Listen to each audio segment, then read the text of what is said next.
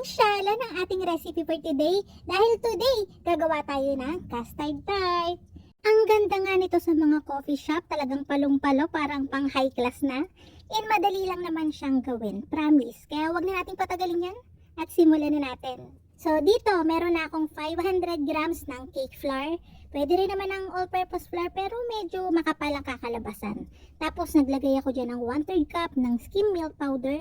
Optional yon pero promise, ang sarap ng crust natin kapag may powdered milk. And then, naglagay ako dyan ng 1/2 cup ng sugar, 1 teaspoon ng salt. Hinalo ko lang yon. Tapos naglagay na tayo ng 1 cup ng butter. Actually, butter compound lang tong ginagamit ko para medyo makamura. Tapos yan, nilamas ko lang yan dun sa ating flour hanggang medyo may natitirang malaking pieces and karamihan na-combine na sa flour. Tapos maglalagay tayo dito ng 2 pirasong large na itlog. I-mash lang natin yan and kapag hinalo natin yan ng hinalo, mabubuo yan na parang dough. Yung crust natin ay walang liquid kaya wag na kayong maghanap. Wala tong tubig or kaya milk. Tapos yan nga, para mahalo ko siya ng maayos, nilagay ko na siya dito sa aking table. Hindi naman natin to kailangang masahin. Kailangan lang natin siyang i-combine para halos wala nang natitirang dry na flour. Pino-fold ko lang to ng pino-fold para kumalat yung ingredients natin, pumantay. So ayan. After nyan, i-rest natin to na mga nasa 20 to 30 minutes. Tapos, pero huwag nyo na ilalagay sa fridge ha. Dito na lang siya sa counter. Ayan, may pag-smile pa si ate. Dito naman tayo sa paggawa ng ating custard. Meron ako ditong 3 pirasong egg yolks. Tapos, para hindi siya mag-crystallize kapag nag-add kagad tayo ng sugar, lalagyan ko lang yan ng kaunting milk mula dito sa 365 ml natin. Fresh milk yung ginagamit ko dito kasi mas maganda yung texture kapag compare dun sa evaporated milk yung gagamitin mo. And then, naglagay na ako dyan ng 1/2 cup ng sugar, 1/2 teaspoon ng salt, 1/4 cup ng cornstarch, and then haluin na natin yan hanggang sa matunaw yung sugar, tapos makombine na yung cornstarch. After nun, tsaka na natin ibuhos lahat ng ating milk. Pasensya na kayo kung bakit ako gumagamit ng voice changer ngayon dahil gasgasado talaga yung boses ko, di nyo magugustuhan. Ayun nga, habang naghahalo tayo dito, patay pa yung apoy nito ha. Once na nakombine na natin siya lahat, tsaka pa lang natin bubuksan yung apoy. Tapos nag-add ako dito ng isang block ng cheese, even tong ginagamit ko, ginarate ko na yan para mas madali siyang matunaw. Optional lang to pero ang laking sarap kung maglalagay tayo sa custard. Para hindi lang plain na custard yung lasa ng ating magagawa. Again, optional kung gusto nyo, kung ayaw nyo, subukan nyo, okay? Tapos yun na nga, pag nahalo na natin siya lahat, bubuksan na natin yung apoy to medium. And kapag binuksan nyo yung apoy, wag nyo na tong lingatan, dire-diretso yung halo. Mabilis lang naman to. Within 6 to 8 minutes, tapos na to. Bago nga magkalimutan, napaka-importante nito. Huwag niyong kakalimutan. Maglagay kayo ng vanilla emulco. Kasi ito talaga yung nagpapasarap, nagpapabango. Ang maganda kasi sa emulco, wala siyang alcohol taste. Alam mo yung lasang-lasang vanilla lang talaga. Halos parang vanilla paste na yung nilagay mo kapag ka-emulco yung ginamit mo. So ayun na nga. Konting minutes lang, dire-diretso dapat yung halo. Scrape mo yung tagiliran, yung bottom. Lagi para hindi dumikit, hindi masunog.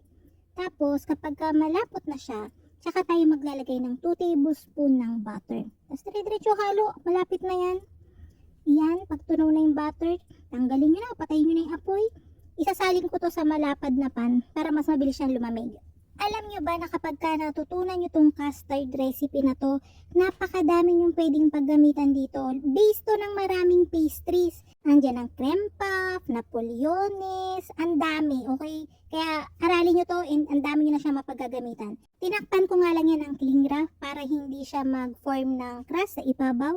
Tapos ilalagay ko na lang yan dito. Mas maganda kasi na hindi na siya ganun kainit kapag nilagay natin siya dun sa ating mga tart para hindi na siya kumulo dun sa oven, hindi siya umapaw. Tapos ayun nga. Alam ko kasi na hindi naman lahat sa inyo may tart mold. So ang ginamit ko dito is 2 ounce na cupcake pan. Pero yung kabilang side, yung gagamitin natin, yung bottom, kasi mahirap lagyan, nahihirapan akong lagyan yung loob.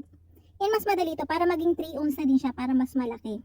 So ayun nga, yung dough natin, hinati ko sa dalawa. Tatabi ko muna yung isa. Tapos yung kalahati muna yung gagamitin natin.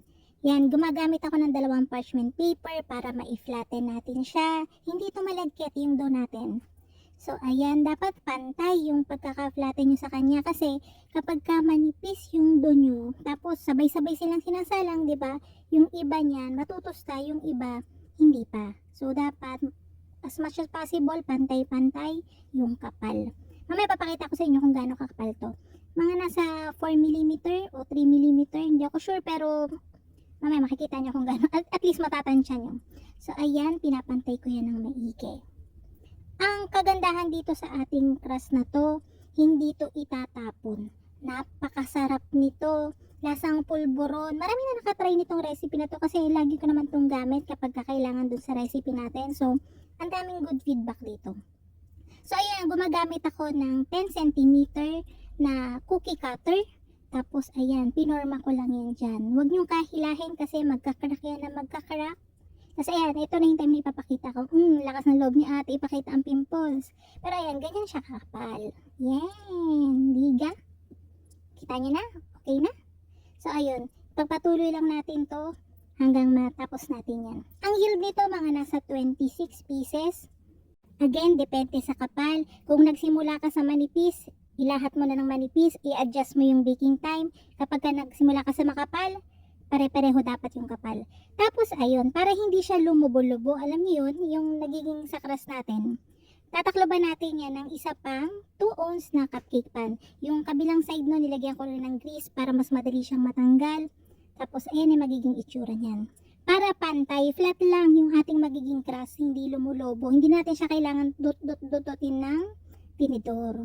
Tapos isasalang ko na yan sa preheated oven na may 180 degrees Celsius for 15 minutes.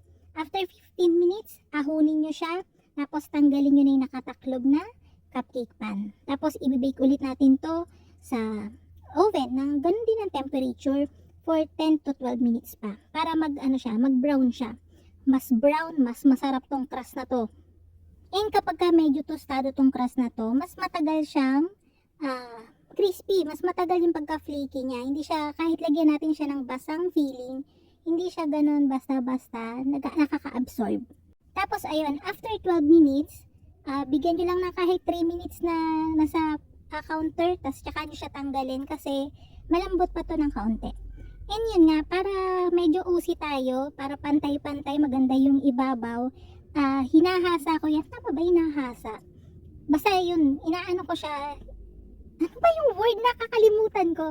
Ayun, basta nililiha ko siya nung zester natin para pantay-pantay yung kanyang ibabaw. Tapos set aside lang natin. Optional lang naman yun kung medyo gusto nyo pare-pareho yung itsura niya, tsaka nyo gawin. Tapos ito na yung itsura ng ating custard kapag ka medyo lumamig na. Buo-buo na yan, pero kikinis ulit yan, magiging creamy yan kapag ka minixer natin o kaya winisker natin ng sandali. Yan, magiging ganyan na yung texture niyan. Kung hindi kayo naglagay ng cheese, medyo mas malabnaw dito yung kakalabasan. Pero dahil nga yung cheese natin nakakatulong din makapag palapot ng kaunti, medyo malapot yung nagawa natin. Kung natatandaan nyo nga tong post ko na to, ito din yung recipe nun. Kaya lang, puff pastry naman yung ginawa kong crust. Pero mas masarap to kung itong crust na dinedemo ko sa inyo yung gagamitin nyo. Yung puff pastry kasi kapag ka nanamigyan na yun ng kaunti, hindi na siya ganun ka-flaky. Ito, matagal to. Kahit maglipasan pa to, flaky pa din siya. So ayun na nga, pinipe ko na yun. Tapos binake ko ulit to for 5 minutes lang, same temperature, para lang mag-set yung custard natin and hindi siya nag-uus dun sa ating custard. After nun, ganito na itsura niyan. Optional yon, pero mas gusto ko yung talagang firm yung ating custard sa loob ng tart. Kaya rin hindi ko pinuno yung custard natin dun sa ating mga tart para makapaglagay pa tayo ng toppings.